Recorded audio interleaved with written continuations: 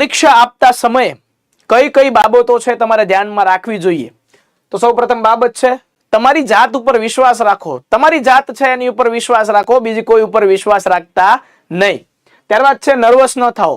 કોઈ પણ જાતની ખોટી ચિંતા કરતા નહીં. પરીક્ષા ખંડની અંદર જતા પહેલા કોઈ પણ જાતની નર્વસનેસ રાખતા નથી. આ તમારો છે 1 માર્ક ઘટાડી શકે છે, માર્ક વધારી શકતો નથી. કોલ લેટરની 2 પ્રિન્ટ રાખો. હોઈ શકે કે તમે છે ઉતાવળમાં ભૂલી ગયા હોય, પણ બીજો કોલ લેટર હોય તો તમારે જરૂરી છે કોલ લેટરની પ્રિન્ટ રાખો. એક સાથે આઈડી રાખો, એક પાસપોર્ટ ફોટો છે તમારા સાથે રાખવો જોઈએ. પછી 3 જાડા પોઈન્ટ વાળી બોલપેન એટલે કે બોલપેન છે તમારી સાથે રાખવી હંમેશા માટે. જેલ પેનની જરૂર નથી, બોલપેન રાખો તો ચાલશે. કાંડા ઘડિયાળ રાખવી, કાંડા ઘડિયાળ રાખવી તમારે જરૂરી છે. અને પરીક્ષા ખંડે 1 કલાક અગાઉ છે તમારે પહોંચી જવું જરૂરી છે.